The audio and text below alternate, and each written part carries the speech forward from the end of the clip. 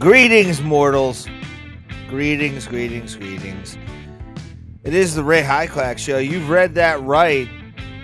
And oh my God, you're here? Fucking A. Thank you for being here for the shortest hour of your life. That is right. It's the Ray Hyclak show, streaming across a bunch of fucking places. I don't know where. I don't know how. But it's definitely there. We appreciate you for being here. As always, got some fun stuff to talk about. A little sad news. Browns finally win. But did they really? Here's the opinion. They did not. Anyway, we are here live across a bunch of places, including the Abraham Drinkin Network. Thank them for letting me do this drunkenly every single Sunday night, 7 p.m. Eastern Standard Time, right here on the internet. It's just the internet. I don't really give platform names because there's so many I can stream to now. So why the hell would I? So this show, if you like it, please heart it. Do all the things. Do all the social media things that you have to do. Like, share, follow, subscribe. Something there might be a reminder somewhere on the screen. You never know, brothers and sisters, because we are inclusive here. Haller and something. I don't know, guys. I've been drinking since I got home. Had a piss. What was that? That was something. Oh, that was my mouse. Ah, fuck. Well, first part of the show. There we are. Quick. I didn't have to do anything for it. We are here. This is the Ray Hyclak show. I'm gonna fix that. I don't like that. It's the Ray Hyclak show every single Sunday, 9 p.m. Eastern Standard Time, 6 p.m. Pacific, I guess. I don't know. I don't know where people watch in Australia, to be honest, but it's here, and the podcast is live. The shortest hour of your life that you will spend watching a live stream is this show. I want you to know that. But again, do what it says. Just this. That's all I need. Comments would be nice. Those are down below. They do pop up, so I'm able to read them live as they happen. And we are here to discuss bullshit, really. Biggest story of the day, Ace Frehley of Kiss died. We'll talk about that. We'll also look at the Tom Snyder interview from back in the day, of Ace being completely, like I am right now, kind of hammered, talking to Tom Snyder with the rest of Kiss. And you can tell if you go back, because, like, I'm going to admit I liked Kiss as a kid. I got into them. They fit the pro wrestling motif. Shit. At one point, there was a wrestler named the Kiss Demon in WCW World Championship Wrestling. He never really went anywhere. I think he wrestles every once in a while if, like, the payday's right, to be the Kiss Demon again, which is cool. I would hope Gene would at least let him use the gimmick to make a little bit of cash, 10% off of it. Why not? But no, yeah, man. Ace Frehley, one of the craziest guitar players ever caught on film. I need to adjust. I don't know why. Everything just sounds maybe if I just maybe I'm deaf. I don't know. I like to hear myself as a monitor, and I don't know if the sound comes direct if I'm doing this, cuz like my OCD at this point is not taking over my life, but it's there. Like enough where I have a decent work ethic. You know what I'm saying? And it's one of those kind of OCDs that's certain things hit and you have to do them a few times and then you're like, meh. And they're usually when I'm sober. That's the funny part. But yeah, Ace Frehley, again, you want to talk about one of the most prolific guitar players. He's up there. He's above Eddie Van Halen, in my opinion. Wes Borland, uh, trying to think of guitar players. Alex Lifeson of Rush. Ace is above those guys. As long as they're not doing like math rock. Math rock's the one where you're just like, that's just too much like finger movement. And Ace in his prime could have probably done that shit and really got away with it. But like at the same time, um, you look at fraught with a lot of alcoholism, fraught with a lot of drug abuse. Ace was Space Ace. He was the star child. I mean, there's stories written. I'm not going to get into them because honestly, I'm not a like I said. Kiss was something I got into as a kid and then dropped off. Like I could have given fucks less about Kiss after probably what 99 maybe. I want to say 99. I want to say when like the Psycho Circus tour started up, that's when I was kind of like, okay, what is this bullshit? I don't really give a fuck about Kiss anymore. Love the music. A lot of Ace's riffs are in songs that I like. We all know the classics, you know, Rock and Roll All Night, Party Every Day, God of Thunder, fucking, God, what was the, shit. He had his own solo album under the Kiss thing when they all did the 4 solo albums. Which I think one of them had Back in the New York Groove, which if you're an Opie and Anthony fan, you remember Jim Norton doing on the drums a really shitty rendition of Back in the New York Groove. I was actually, when I found out Ace Frehley had passed away, I went back into the Opie and Anthony fan archives on YouTube, a bunch of them, to find Jim Norton doing Back in the New York Groove on, I think, it wasn't like Trapped or Taproot, but it was something like that. Their drum set, some band. It wasn't Godsmack. It wasn't any of those. If you're an old O&A fan, you remember the people that were on O&A. But yeah, Jimmy started doing like, we're back in the New York Groove, and it was totally off key from what Back in the New York Groove was. Completely devoid of any of what it was, but it was Jim Norton. But when you were a child and you heard Back in the New York Groove, you were like, okay, I need to listen to this. And Ace Frehley did a cover of Back in the New York Groove, which is dope. Ace Frehley was like the one in Kiss, or at least the star child character of Ace Frehley. Out of all of the people in Kiss that you look to, you look at him as the most badass.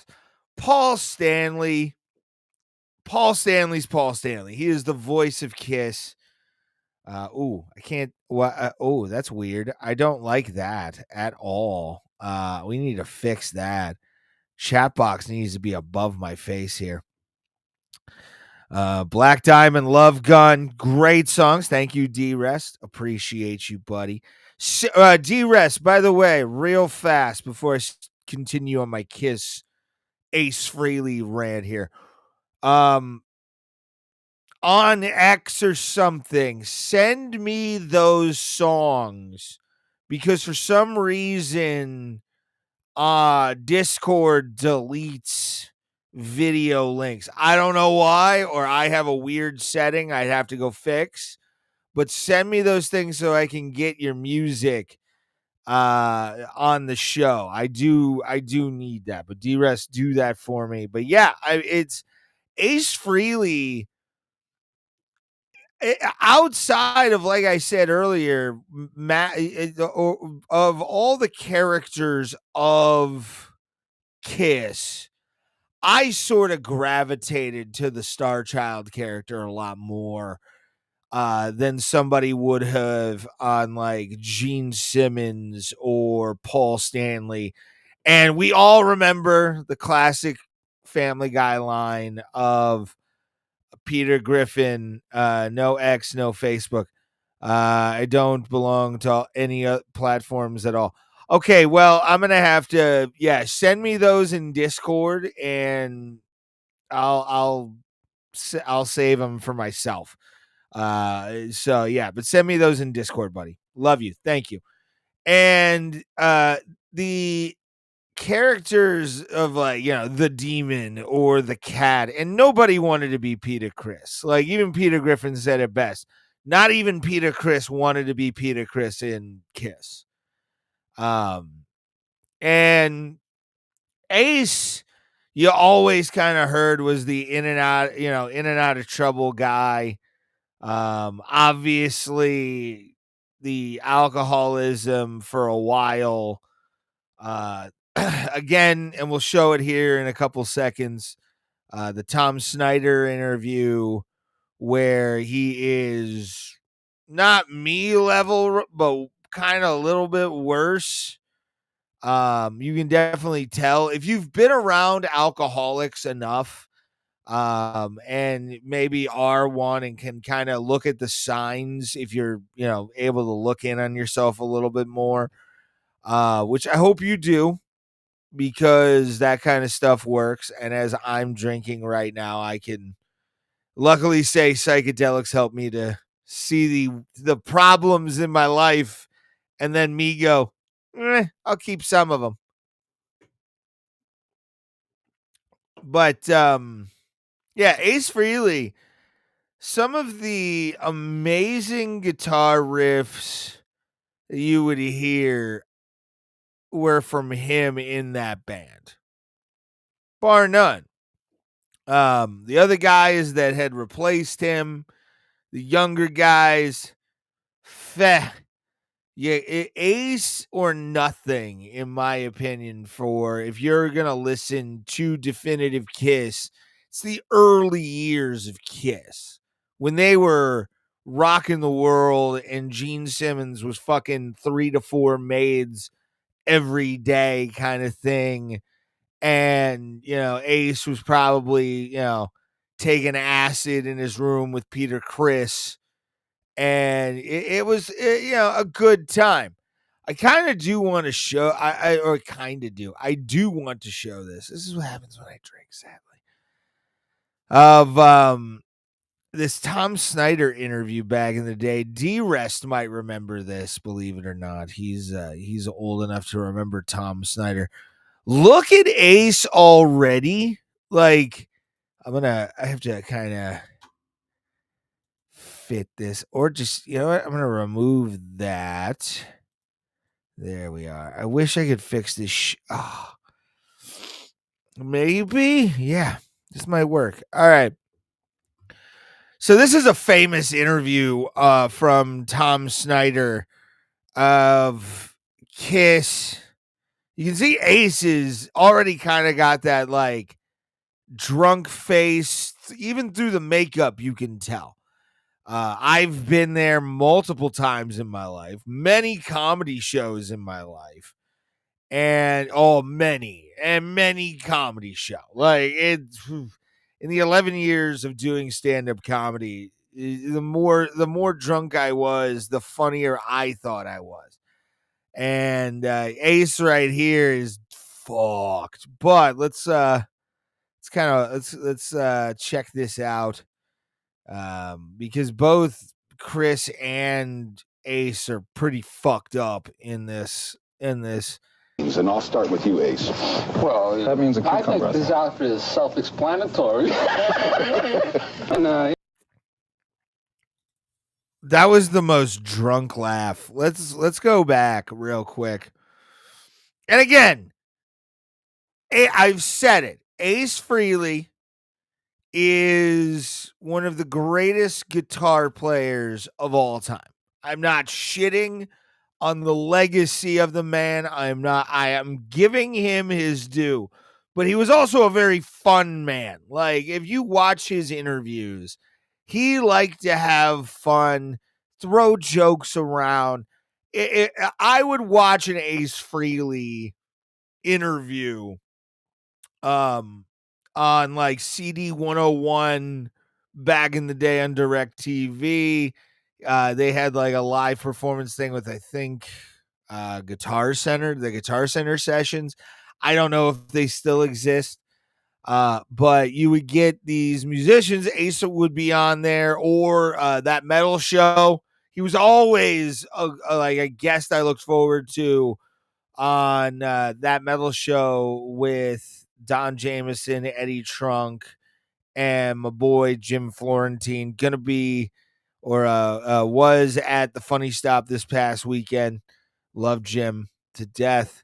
But let's continue more with the drunken interview of Kiss on Tom Snyder. That means a cucumber. I think this outfit is self-explanatory. And, I have my cape here. But you're kind of like a spaceman, huh? No, actually, I'm a plumber. On the side. Listen, I got a little piece. Hold on. Let's go back a second. On the side. Look at, well, one, I love Paul Stanley. Like, just, I'm Paul Stanley and I'm smoking a cigarette. But fucking Gene is the telling one in this interview. Gene is the one that you look at and kind of tells you that Ace really isn't long for the band. Like, he's pissed. He's not happy that he's drunk. And to be honest with you, I'm not a Gene Simmons fan. I've heard a lot of his interviews. I watched Family Jewel. Gene is a prick, and he'll treat every fan of Kiss and everybody that. But like, if he's not in a good mood, you can tell he's not in a good mood, and that is the face of a man who hates his life because he's with somebody who he does not like because they're drunk.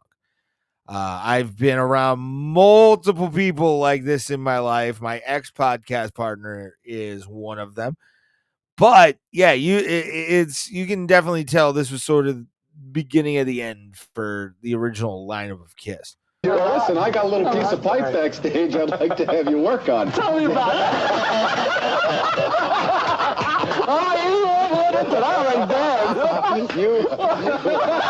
Oh my God. I gotta go back here. Stage I'd like to have you work on. Tell me about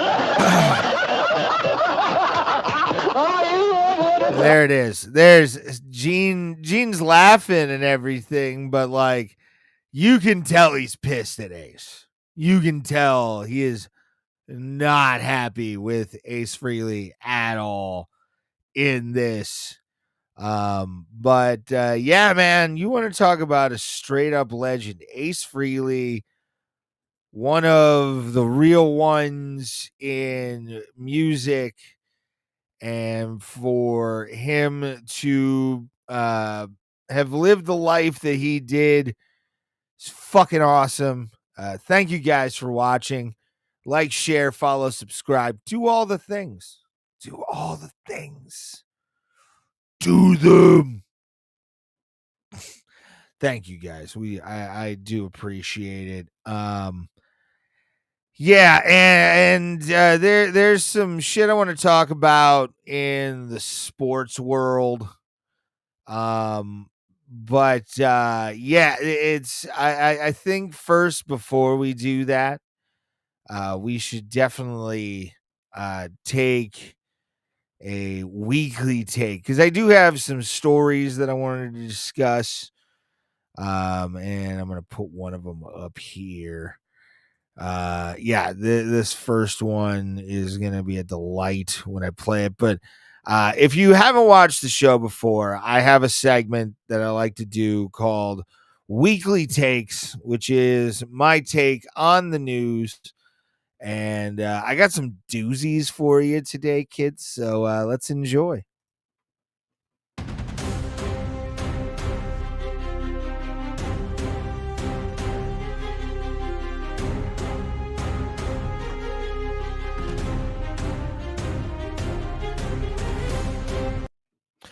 Weekly Takes, my news feed for you so you don't have to search. This is a rare segment. Last couple weeks been kind of filled, able to talk about some stuff. But I have some news stories that came across my transom in the last couple weeks. I'm going to grab a beer real quick. And got some one of my beers dropped. No, don't you hate it when your beers drop? It's my Gilbert Gottfried alcoholism impression. Enjoy, everybody. Like, share, follow, subscribe, do all the things. QR code takes you to my Patreon if you enjoy that, you sexy bitches. But this first story that I have for you guys, when I saw it, I it says Toledo, but when I saw it, I didn't expect it to be Toledo. And I need for my neck here, I'm gonna bring that up just a smidge so I can be comfortable. Because I'm like hunched over. Ugh. But yeah, so warrant issued for a woman accused of cutting man's testicles during a break-in. And this is according to 19 Action News in Cleveland, even though this took place in Toledo. This is a woman who is that's the face of a woman who enjoys exactly what she did to this guy. And I kind of get where she's coming from, but like, it's this warrant was issued for this was I think last Tuesday. Yeah, this was October 9th. And it's Janita Hoppings, 45 years old, is charged with felonious assault and aggravated burglary. Records show Tuesday, Hoppings forcefully kicked open the door of a Toledo home of a man she knows, and the victim told investigators that he heard someone broke in, see who it was. He did not have on clothes at the time. I'm going to be honest. Dude was cheating. There's no possible way, coming from a man who has cheated in his life, there's no possible way that she kicked in your door. She was seeing this motherfucker, and then homeboy decided to bring some chick over fucker, and Janita found out and got this smile on her face because she finally got the confirmation of the guy cheating. So she decided to take his balls. That's what this is. Pure and simple. I'm going to fix something. Something's bothering me here. There we are. Maybe, no, just a little bit. Okay. I'm fine with that. But there hasn't been anything, but like, I love the fact he didn't have clothes on at the time. Red flag number one. That's red flag number one. If you don't have clothes on and a woman attacks you, you're either she's having a psychotic break. I'm going to say one in this country, population wise, 1 in a million chance that's happening. 1 in a million. I'll be very conservative on the high end. Low end, it's probably like 1 in 250,000.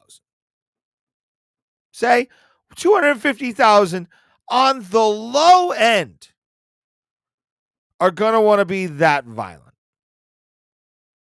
Okay? This dude just cheated. Like, you see this whole thing and you know she cut his fucking balls because he cheated. No woman, ask any woman, men, when you watch this tonight, if you have a girlfriend, my audience, I'm not quite sure, but like, you never know. One of us, I have one, surprisingly. I understand. You look at a stud like me and you think, how did I pull it? Sheer personality. Nothing else. Looks. Look at me. Ugh. Body. Ugh. I have a patch on my chest of psoriasis that looks like something that would start a prophecy. Okay? No. Personality has gotten me laid my entire life. This guy, again, wasn't wearing clothes. Affidavit alleges Hoppings assaulted the man by cutting his sack with an unknown instrument. Who knows? Causing it to be clearly exposed as a result. I can't.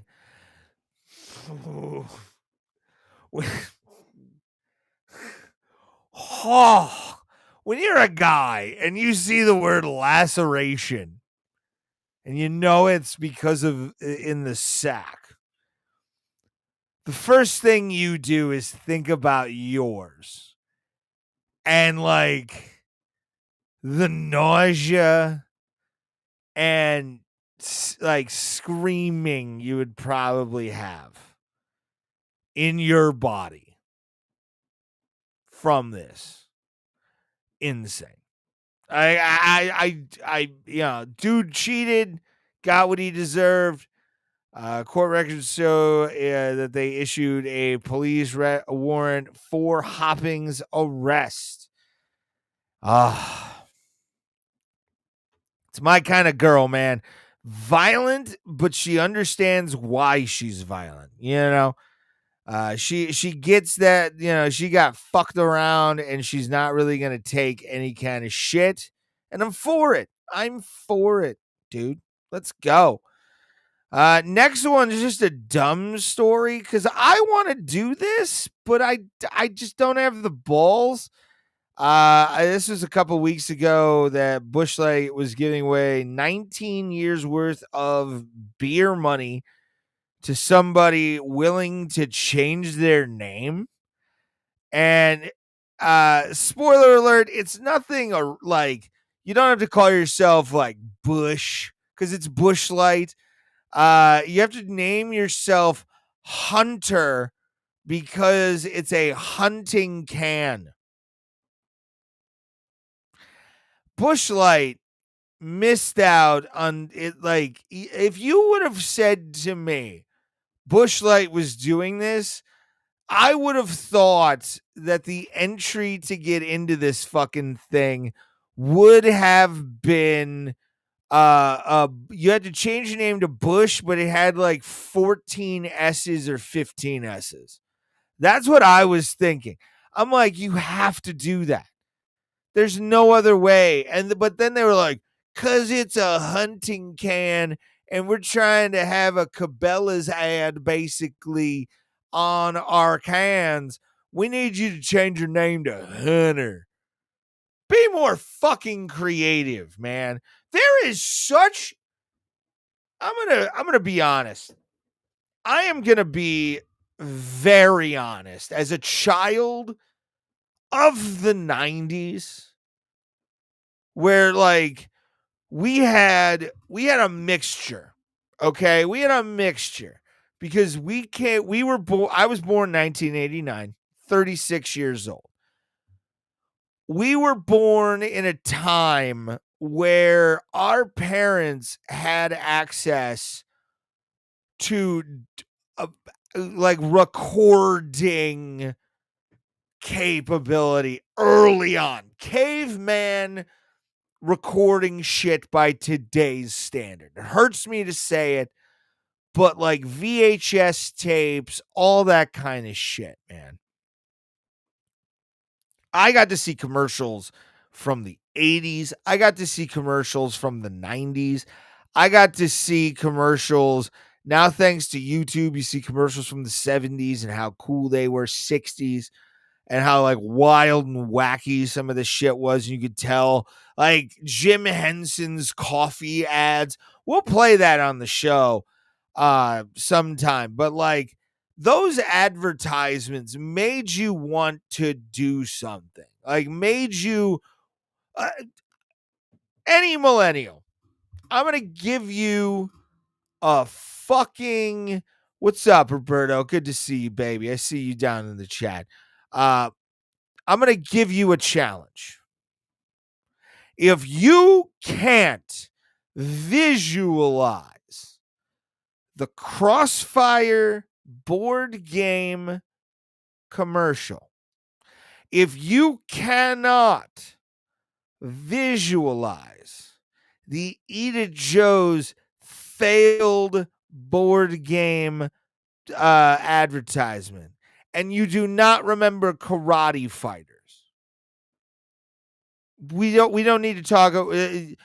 Those are the greatest ads of all time.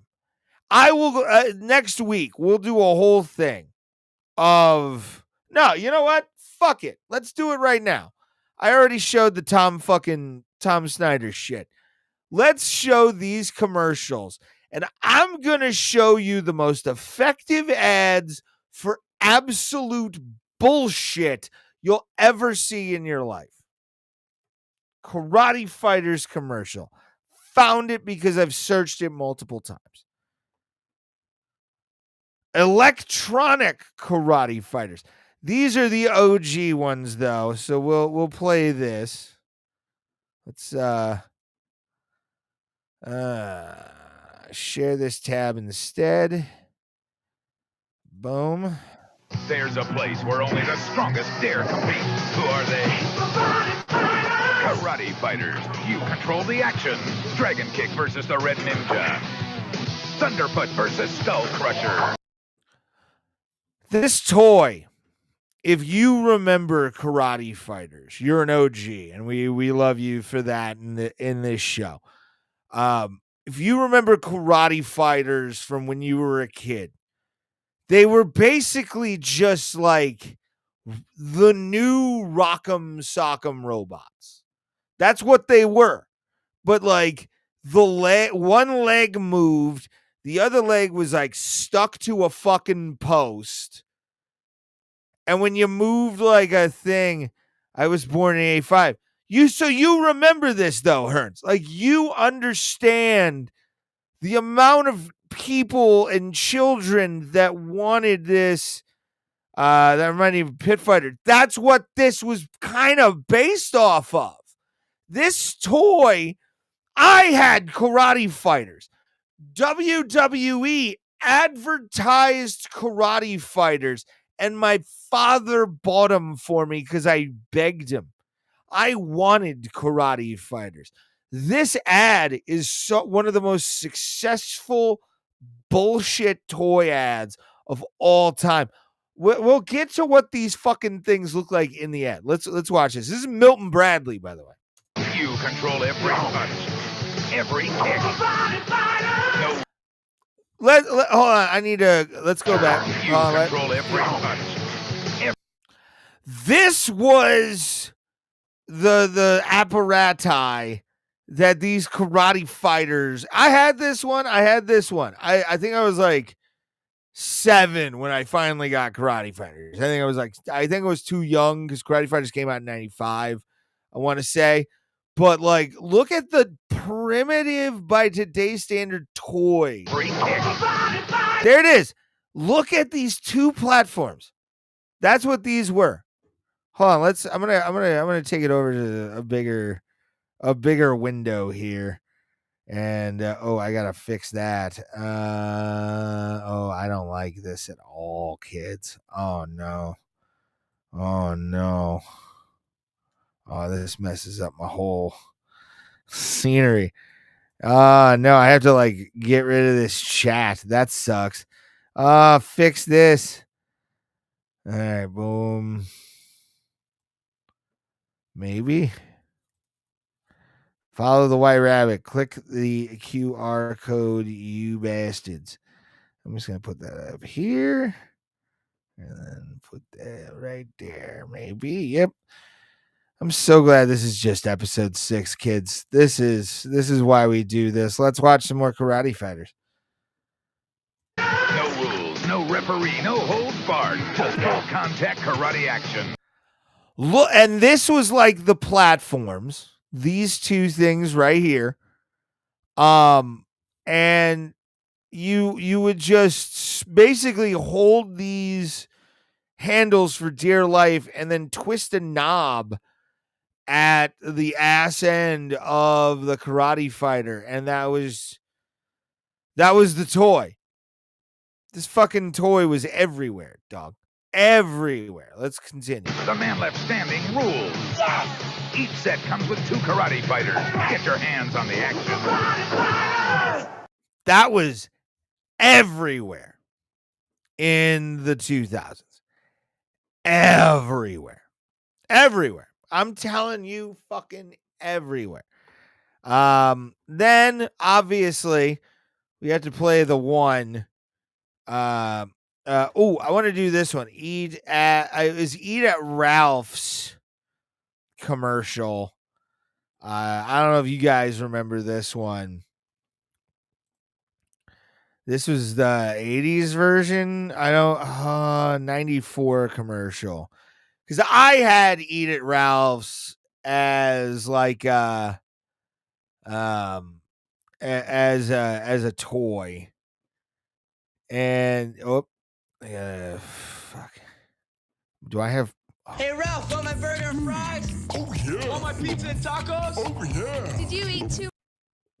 This was high entertainment back in the 90s, by the way, kids. If you don't know about Eat at Ralph's, then I don't know what to tell you. Oh yeah. Eat at Ralph's. Oh yeah. You know it's so much fun. What I love about Eat at Ralph's is it's a board game. It's really, podcasters like Dave Smith or Tim Dillon want to talk about a proper snapshot of America. What is America? What is America? I am going to give you right now, real fast, again, the start of Eat at Ralph's, Milton Bradley. Hey Ralph, want my burger and fries? Oh yeah. Ralph is a fat man who is somehow a magic billboard on a diner. Okay? Diners, One of the most American things you can possibly do and possibly have in your life. We've all been to a diner, everybody, whether it be Waffle House, IHOP, if you're really trashy, right down to a city diner in New York or Denver, or you're having an omelet somewhere. Okay? This is 1995. Okay? Look at this just dashing boy, Ralph, the husky, somehow fry cook, but looks like John Candy with anime eyes. It looks like John Candy in Astro Boy form, but he just eats because he loves to eat. This is America. Watch the rest. Pizza and tacos? Oh, yeah. Did you eat too much? The most American statement ever said in anything. Hold on. Let's play it again. Too much? Whoop, wait. Let me back it up. Did you eat too much? Yeah. And he says, "Oh yeah." Yeah, Ralph's hungry or had too much to eat. Look at the concern on his face, but let's go back. They're throwing food at him. Oh, yeah. Did you eat too much? She asked him, "Did you eat too much?" What is he going to do? He's sad about it. Oh, yeah. Like a model in the 90s just throws up. This was an actual toy. This was a toy back in the 90s, kids. I owned it. I'm not going to say I didn't own Eat at Ralph's. And the thing was, the rules of the game were you could feed Ralph whatever you wanted. You could feed him whatever you wanted. And what does he do? He eats it like a good American. Like a good American. And then all of a sudden, out of nowhere, he Ralphs. That's right. On capitalism. Oh, yeah. Watch out, here it comes. They created a game based off of just eating so much food. So much food that a billboard throws it up. So much fun to eat at Ralph's. Oh, yeah. Watch out, here it comes. It's Eat at Ralph's. First to feed Ralph all their food wins, but be careful because you never know. You would get dealt cards, and if you actually fed him all your things, you were the winner of the game. That was the whole thing. Eat at Ralph's. Oh, You yeah. know it's so much fun to eat at Ralph's. Oh, yeah. Watch out, here it comes. Eat at Ralph's. Oh, yeah. Nuts. And why is Denver cold sore medical Ralph, commercial on my thing? I'll have to look up that for sure. And then the final commercial I do want to show, since we got off on this, because honestly, Browns winning. I mean, they beat Miami. That's like it's like getting a C when you should have gotten at least a D. You know that. And they blew them out, which they should have. Dan Soder's homeboy does not do good. And then I'll finish the show talking about the Jeff Hatrix stuff because I do want to end the show on that. I feel like I should. But obviously, the last one I definitely want to show is the Crossfire commercial. Like, you would have thought this game, until you played it, was fucking epic. You would have thought you were going into like fucking Thunderdome watching this ad. And to be honest, it's a okay game. You know, the trigger just broke every once in a while. I played it several times at several different houses because of the ad. And this is why you look at this ad, and it's one of the greatest ads of all time. It's sometime in the future. The ultimate challenge. Crossfire. Crossfire. You can come. Crossfire.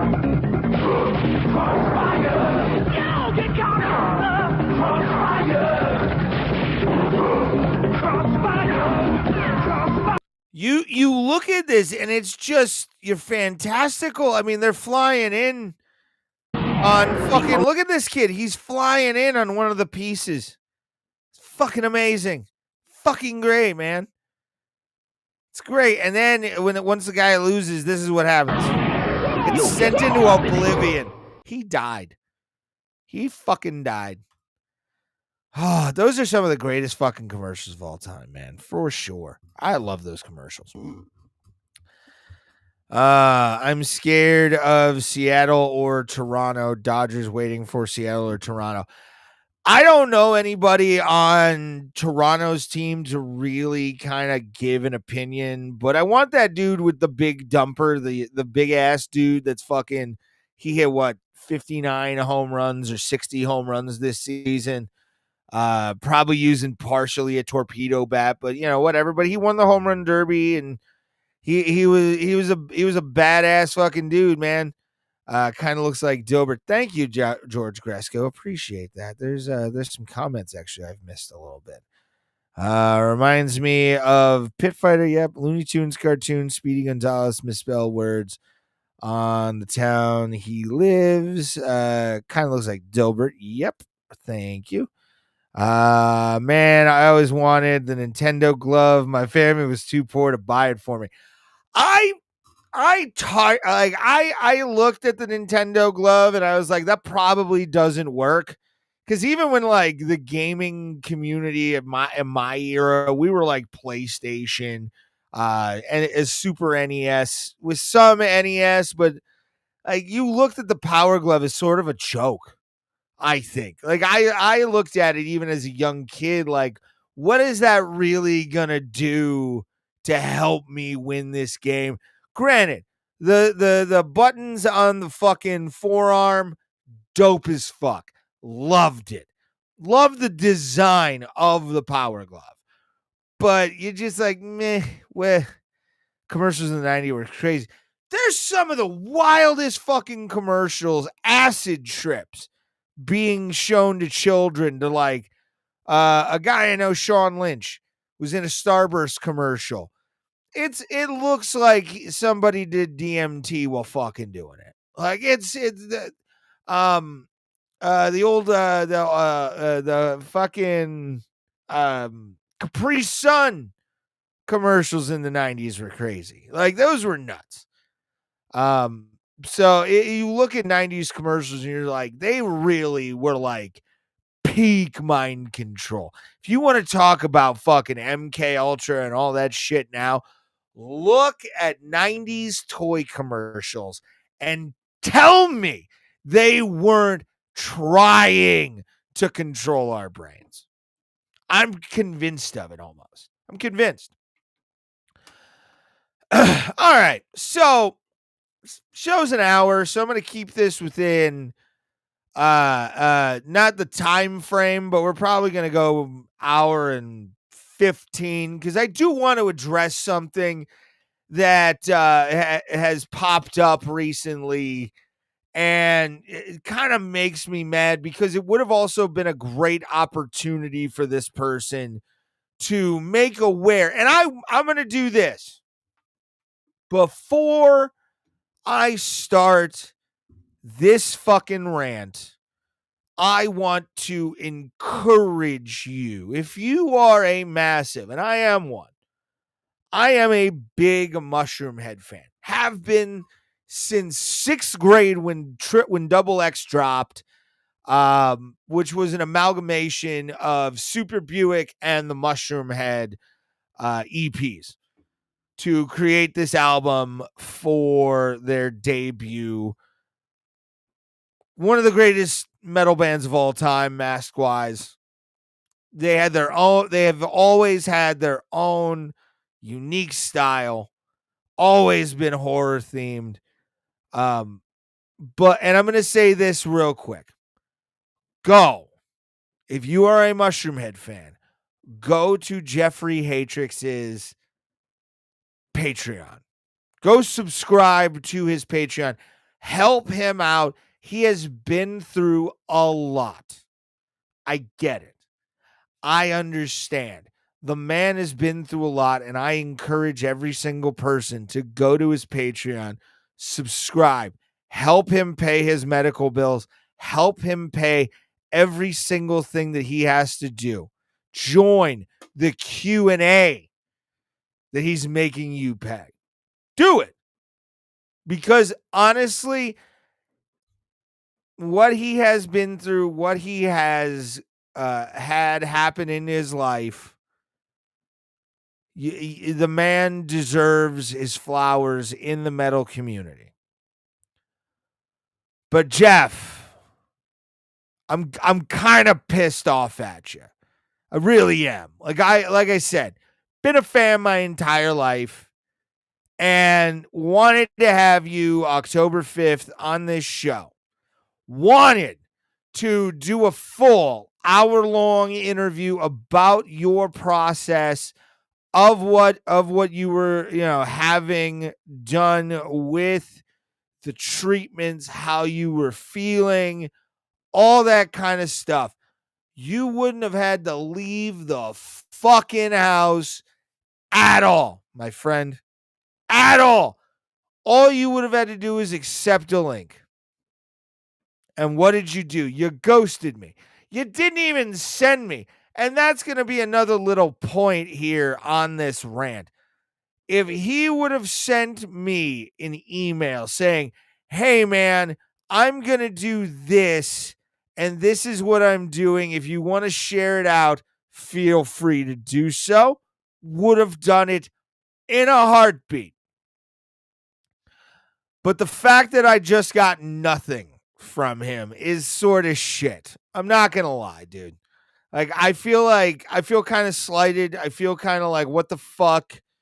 I came to you as I emailed you as a fan and as somebody who has spent his whole life branded myself with your logo in tattoo form. And you just ghost me. Like, that's the unprofessional part. I wouldn't be really pissy if he would have sent me an email and said, hey, man, I'm doing this on my Patreon.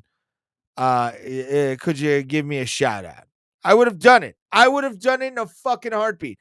I'm still going to encourage people. Go subscribe to Jeffrey Hatrix's Patreon to help him out. Get him where he needs to go. He is putting out new music as we speak.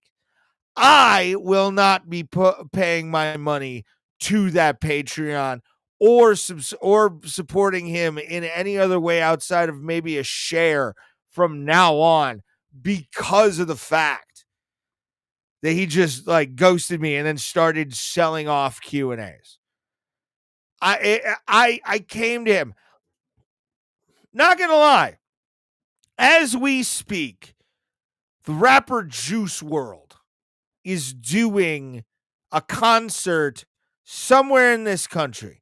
The guy that did I Hope the Worst, I haven't heard of his music, but I'll check it out. Do it.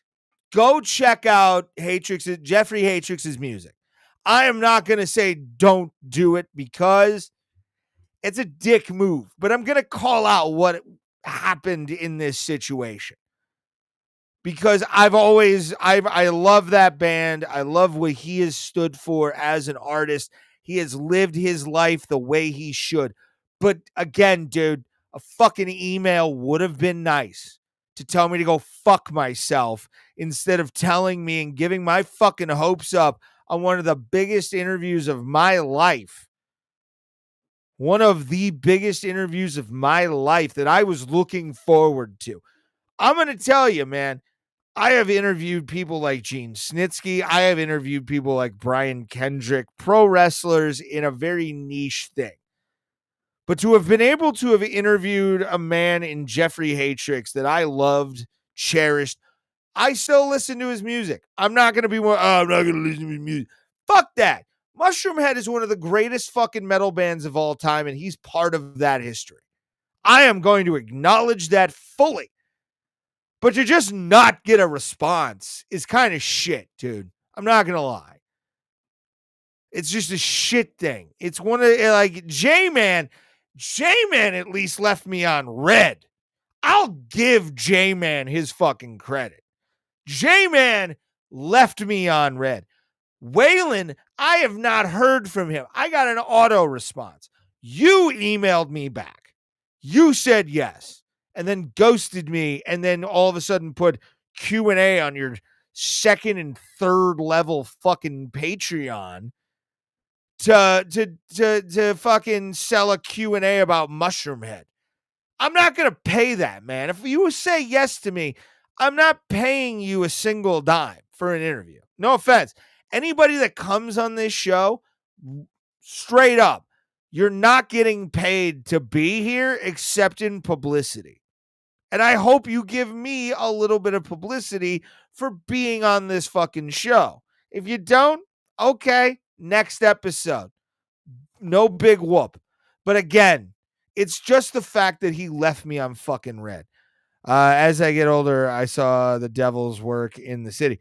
Well, oof, you live out in L.A., Roberto. This dude lives in Cleveland. Like, this is different. Like, I'm not expecting, I just was expecting a response instead of no response, which is what I got. I thought that was kind of shit. So what are you gonna do? I guess don't put your heroes out there, but don't email your heroes, I guess is what the thing is. Next week or within the next couple weeks, I'm just gonna not give a full time, but within the next couple weeks, I gotta figure this fucking mic situation out. How do you guys? Can you guys hear me? I can't. I think I'm on. I don't know. But let me do this real. Yeah, maybe. I can't really tell. Anyway, next week or within the next couple weeks, I'm gonna work it out. Yeah, loud and clear. Thank you. I love Local H helmet. Local H is dope live. I've seen them about 3 times live. Really fantastic band. They're out of Chicago. They had the song Bound to the Floor back in the day, and you just don't get it. Keep you copacetic. They're fucking great. I should hit him up for fucking, that'd be a good one. But yeah, dude, again, fuck it. Why not come on this show? And the minimal people that come on here will guarantee you help you to be on with your fucking Patreon and all that kind of stuff. So I felt pissy about it. But within the next couple of weeks, we're going to have Juice World coming on the show. Juice Cuz, not Juice World, Juice Cuz, who did the song I Hope the Worst. Silverchair was dope. Helmet's great, but like Local H, man. Local H was fucking awesome. Jimmy Ward. Hey, Jimmy. Thank you, buddy, for being here. Silverchair was great too. But next week, like I said, next couple weeks, Juice Cuz, the guy that is behind I Hope the Worst, which is a hip-hop track that's just a massive diss track to anybody. Go check that out. I Hope the Worst. I got some questions for him on that. And definitely excited for that. But I wanted to end the show just on that fucking little rant about Jeffrey Nothing kind of just ghosting the fucking show and not really giving me a response. It just pissed me off a little bit. I've had that happen to me a few times. Mark Hunt, he was just busy. He got back to me. The Pride Lady, Lenny Hart, she no-showed my old podcast, and I really haven't forgiven her since. And this is the one that was kind of like, fuck you, man. Like, what the fuck? Was Jeffrey Nothing from Mushroomhead. But what are you gonna do? I guess don't meet your heroes. I would say just meet your heroes if you really want to, but who knows? All right, kids, I think it's time to go. If you want to join me, go to @ScallyBandit on YouTube. It's my gaming channel. I'm gonna go live for a little bit and go play some skate live, go do some lines, go pull off some insane stuff. I'm going to play the music right now. as we pull into the outro of the show. Chino Moreno was a scumbag when I met him. Oh, that sucks. But we're done for the night. Appreciate it. Yeah, I know what you're talking about. That sucks. But appreciate all of you for being here. You're sexy as shit.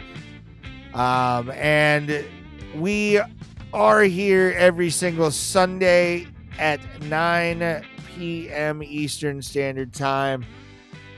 Make sure to stick in the chat, stick around, hit the notification bell to see when I go live every single Sunday, 9 p.m. Eastern Standard Time. Go over to Scally Bandit on YouTube, and I'm going to be playing some video games here in a second.